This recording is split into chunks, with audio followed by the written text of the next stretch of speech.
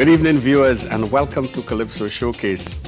Well, without all the specials that we had for Carnival, it's good to come back to a live type of Calypso Showcase again. And our special guest for tonight is none other than Bill Trotman. Yes, Bill Trotman, who we all know as a supreme entertainer, is going to kick off this series of the live type of Calypso Showcase for us. Bill, welcome to Calypso Showcase. Thank you. What have you been doing for Carnival 92? We haven't seen you in any Calypso tent or anything like that. What's been happening with Bill Trotman? I've been taking in all the shows. For the first time in a long time, I've been able to go to some of the tents, because every year I am in a tent. So I never get a chance to go and watch the shows. Mm-hmm. So, well, of course, for Carnival, I had intended to play mass, but instead I ended up playing cards and I hijacked. And they went with my tent, so I end up with a low game. Low game. Yeah. So. But apart from that, did you compose any material? Oh, did you yes. get involved yes, in any calypsos? I did a couple of numbers, which of course I didn't bother to record, realizing that I wasn't going to be in any tent. So they will come out eventually, And I understand you also compose a couple of things for children too. Yes. This is the new avenue that I want to go into, writing for people, especially the children. Well, viewers, you're going to get a little bit of Bill Trotman's life in Calypso in our pre-recorded videos, first of all. And then later tonight, you can call in, chat with Bill, ask him a question, put him on the spot. He can handle himself, as you know. And we'll have a lot of other surprises in store for you as the program goes on. But for now, we travel to Mova and take in Bill Trotman.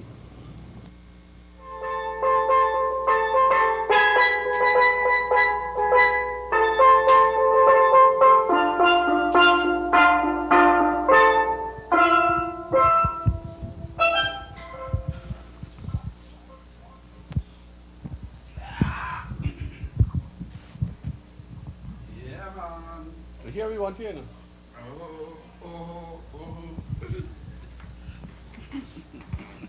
Trinidad Bill Trotman. At one time he used to be called Trinidad Bill, right? No. Lord Blindfish. Lord? You started off as a Lord Blindfish. That's right. Is your real name Bill Trotman? Yes and no. Well, I was called Bill first off, to begin with, but they christened me Paul. So what's your christened name then? Paul Emmanuel Cecil Trotman. But I was called Bill by a headmaster of Belmont RC, who's a very good friend of the family. And the day I was born, there were a lot of sailors. There was a fleet in. And in them times, when the fleet come in, the whole of Trinidad know about it. So he told my father, you should name him Bill for all the sailors in town. That's where you got the name. That's right, and it stuck. But I was never christened Bill. Now, it's a strange thing. I was trying to imagine what Bill Trotman would look like as a child. Well, I could show you. I was playful. I was mischievous. But as I went along, I think I was a little serious, I got to be serious because I remember liking school a lot. The Bill Trotman that I got to know as I got acquainted with the Calypso world was a total entertainer. So to start with, how did you get into, let's put it, the entertainment world? Well, it started when I was a little boy, because it happened in the house, in the home. I think my mother was a comedian. My father was a singer and dancer. I mean, really well known. He was known as Trinidad #1 tenor singer. But as I was seeing how I was mischievous, I knew this is where it started. Christmas time, I vanish a lady slippers, licks again. But my mother always said, what's wrong with this boy? Why are you always so wild? But it's my mother. I would hear her telling jokes to her friends that come. It used to run me, go outside and play, boy. So they want you to hear the jokes? No. They weren't dirty jokes, but I think they thought it was dirty jokes for me. I wasn't supposed to hear things like, because I even gave some of the same jokes on my show. But I used to hear everything, and that's why I picked it up. And then in Mova here have a bunch of fellas who really talk stupidness, you know what I mean? Real good stupidness. And I pick it up from them here too. Lineman on the corner. Lineman on the block with them fellas. Boy, it was great. So where did the best of them? The best of them. Where did the professionalism begin? With Sparrow. What year was Actually, I started to dance with a friend of mine named Najim. He said, let's go join a dance troupe. Because boy, it have a lot of girls in the dance troupe. Or nice girls, come go join her. So we went and joined for the girls. And we were the best dancers in the troupe. But the troupe didn't last very long. We break up the troupe because Bacchanal and Scandal, boy and girl, Scandal, troupe mash up. And then I was playing Zapata in the band from Belmont, going to the Savannah. And they started limbo and holding guns, and I started limbo too. And I was doing it very good. And I didn't realize that somebody saw me, which was Rupert D'Souza, and said, that fella, find him for me, I want him to join with troupe. And I joined Rupert D'Souza, and that's where I started in show business. I remember seeing you doing the limbo, a sort of a comic type limbo where you would have on 6 pants, maybe taking them off, going lower and lower under the bar, but still doing the limbo extremely well, but mixing it with comedy. Yeah, well, of course, as far as I can remember, I haven't seen anybody to do a limbo like what I have done. I like being different, and it was a kind of unique something. The striptease limbo, little funny stuff. Everybody was just getting out there and dance and going to the bar, and I thought I could have danced better than them, so it still wouldn't shine as much. So I had to do something different. So I decided costume and clown around and make it different. What's the lowest you went on the bar? 2 Coke bottles. 1956 ushered in a new era for Calypso with the advent of the Mighty Sparrow, and right away we saw a relationship between Bill Trotman, the Mighty Sparrow, the original Young Brigade. Tell us about how this came about and what it led to. Well, it led to a lot of traveling. Sparrow and I got together and we were doing a couple of shows at Queen's Hall along with Julia Edwards. I was dancing with Julia Edwards at the time, and I was doing a couple of things like rock and roll dancing. As a matter of fact, that is where we actually hit working in Barbados. Jack Teller took me to Barbados to perform, and Sparrow was there, and we hooked up together with the March of Dimes.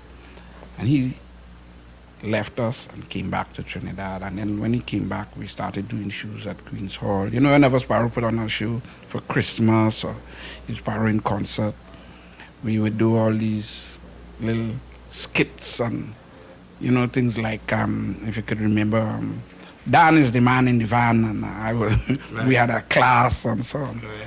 And then there used to be a lot of drama, yes, with these courthouse scenes and all that sort of thing. Right. So I was always doing the thing, I was Mano Benjamin's daughter, whatever, I can't remember the girl name. And then I was the baby that, I remember a year, Runaway and leave. I remember a year Sparrow and Kitch was singing on stage. Sparrow was singing Kitch tunes, Kitch was singing Sparrow tunes, and Sparrow started singing My Pussin'. Yeah, well, that's a and long you time. came, I know it's a long time after, but I come on and do a thing with them and so on. You were dressed like a lady, actually. This is, I can't remember the song we were doing, My Pussin'. Oh, yes, that's right. And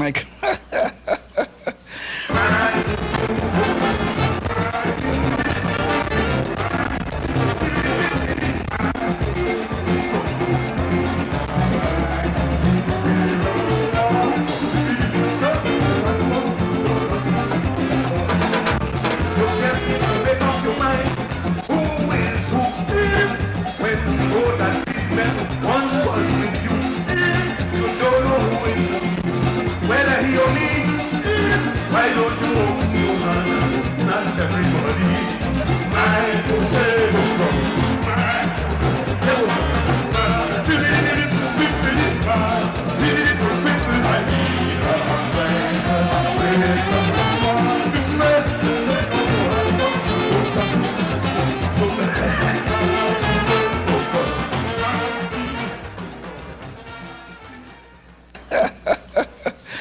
But then I had another one that I did with address to. You see, I was trying to remember because I had with Nelson, Stella. Stella, right? The wedding with Stella, me, Nelson, and Sparrow, and then I had another one. I did so many dresses. I got fed up with it after.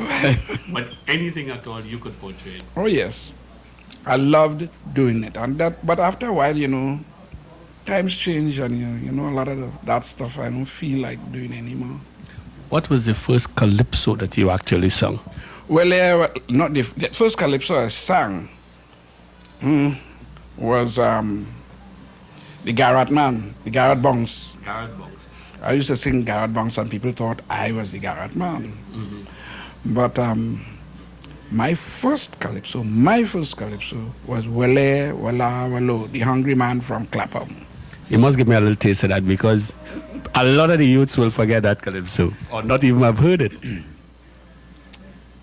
Is a song to you I am going to sing. Is a constant yes, and it will bring. Is when I start to sing this thing, don't you ask me to stop 'em.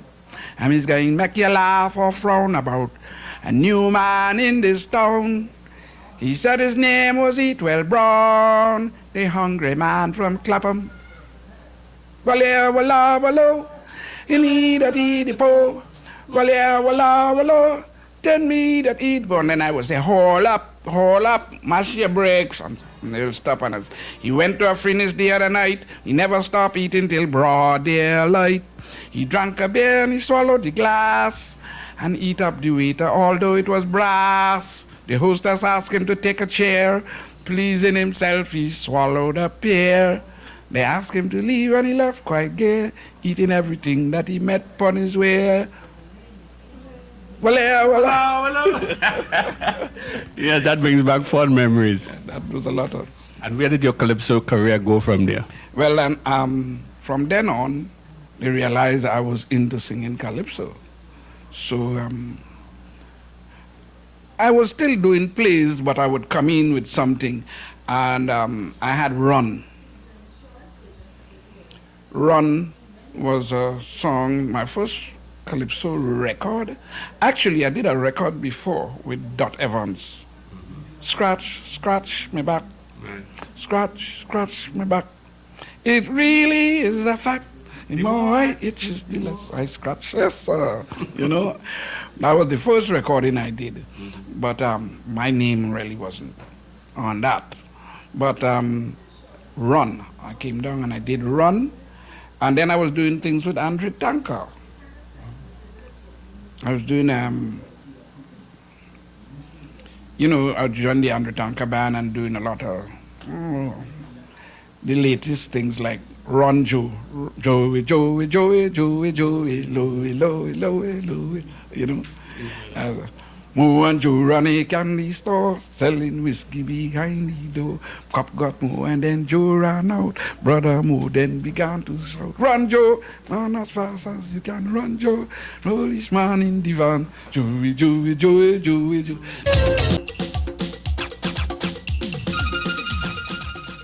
I was doing a lot of traveling with Sparrow.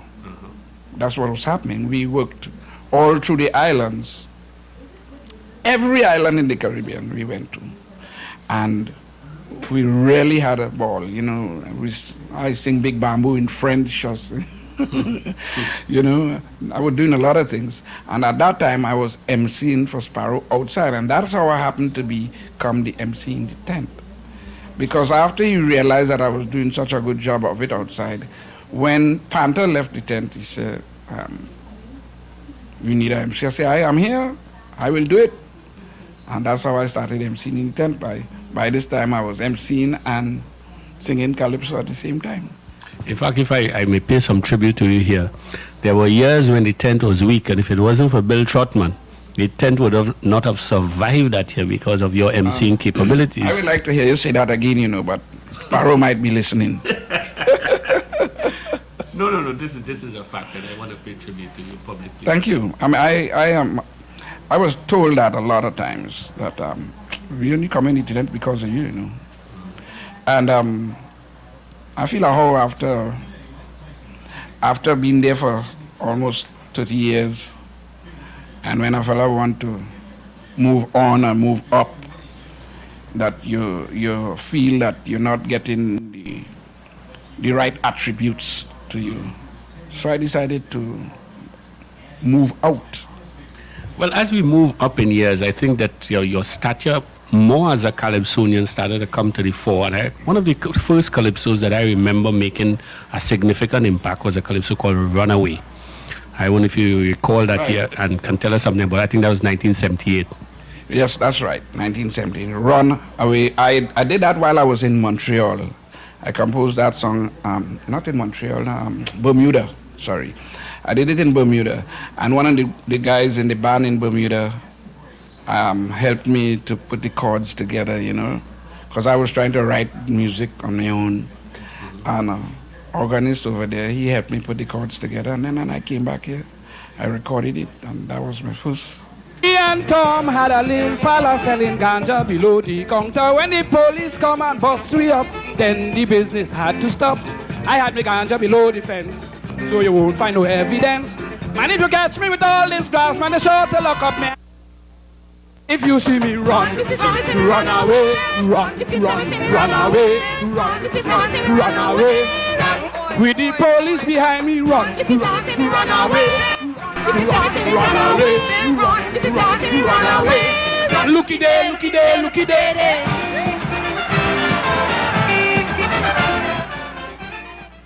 The following year, though, and that was my school days. Back to school. After school. I won the road march, but they didn't give it to you. Well, I want you to give me the whole thing about back to school. I want to give me everything about that. Back to school, I was in Montreal with my wife and my children, and I told them, I said, look, I'm going back home, and I'm going to make a hit. Paro came to visit me in Montreal, and I told him, I am going to make a hit in Trinidad. He said, what make you think so? I said, well, if all the children in Trinidad singing, Mommy, Mommy, I want to go back to school, he said, yes, you'll make a hit. So I went all the way back to school in my mind, what happened. And I remember going to school here in Mova, and it was not a school, it was a church, and the bell used to be ringing when we coming in. And I put that as my chorus. The church bell, bing bong, right. Bong, ding ding dong. That's my chorus. Ding dong, ding dong, ding dong, ding. That is it. Mommy, Mommy, I want to go back to school. Mommy, Mommy, staying home ain't too cool.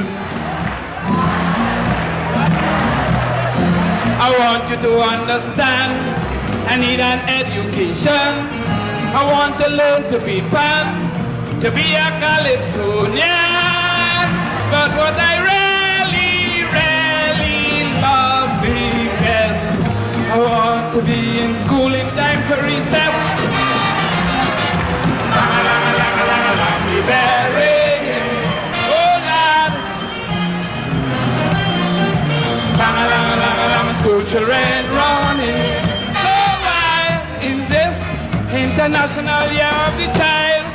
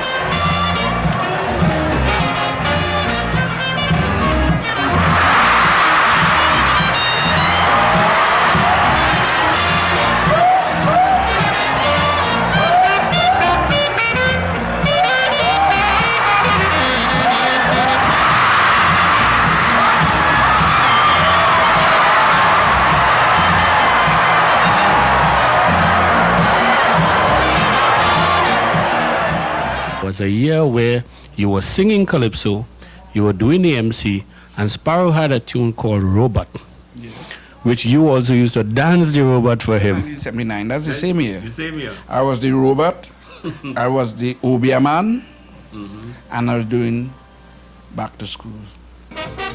I'm a robot, whining with precision, screaming, I'm a robot, dancing in slow motion. However, the man designed the plan, it working fine, because I'm the only robot man today could whine. I'm a robot for Carnival in 79. I stole the whole show that year. Total and complete. And after that, another year, I came back and I stole the show again with Monkey See, Monkey Do and Mass Dreams. If you don't set the standard for your children to follow, what will become of your children tomorrow? We must live our lives today in an honest and trustworthy way, and our children will grow up and prosper, not stop, and we would be proud of them all.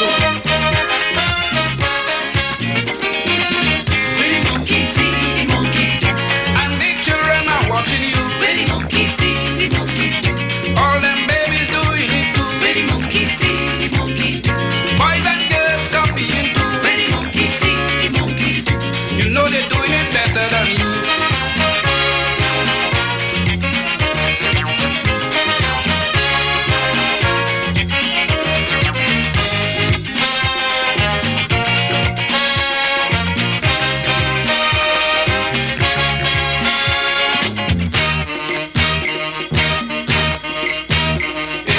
And you mentioned Drunken Sailor, another one of your classics. That is another type of performance where I was a sailor, I was a Jab Malassi, I was a police and thief, and a politician. Since I'm small, I always want to play drunken sailor. Throwing powder, mixed with flour. Since I'm small, I always want to play drunken sailor. Drink from Posey, wave old fancy. But my boys and them does always get in a rage, because the boy comes they don't enjoy. What I do is, I'm enjoying. What I do is, rolling on the ground, get a ball back down. Rolling on the ground, all over town, stumbling alone, all the way home. I like a kite, I'm so lost. If I ain't tight, I'm so.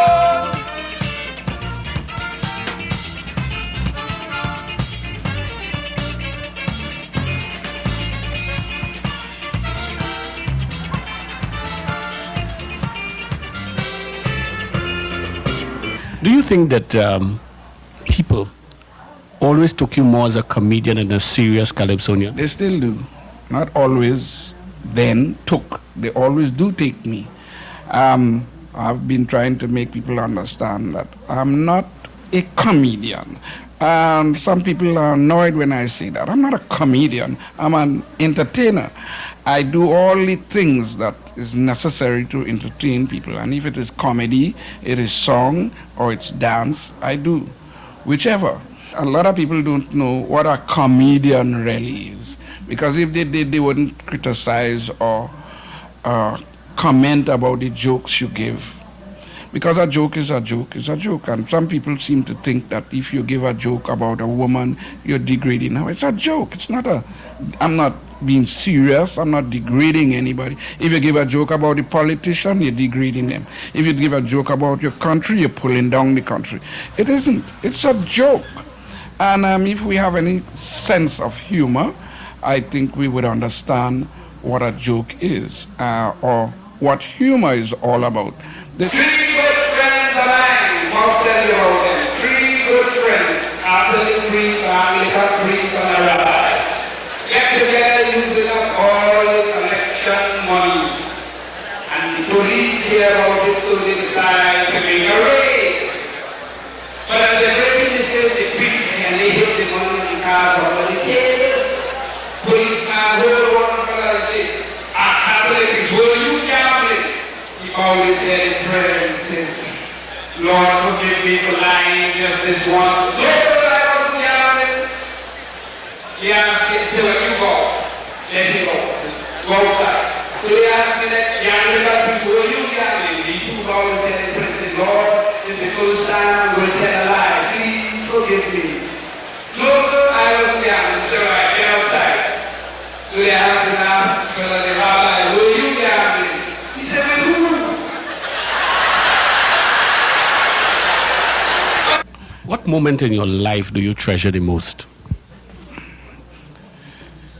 When I could lie in my bed and sleep comfortably without having a worry in the world. I treasure that. I treasure that very dearly. That I sleep comfortably. I don't have to worry about who wants to get me or what's going to happen tomorrow, because the Almighty is always looking over me, so I don't worry about much of anything.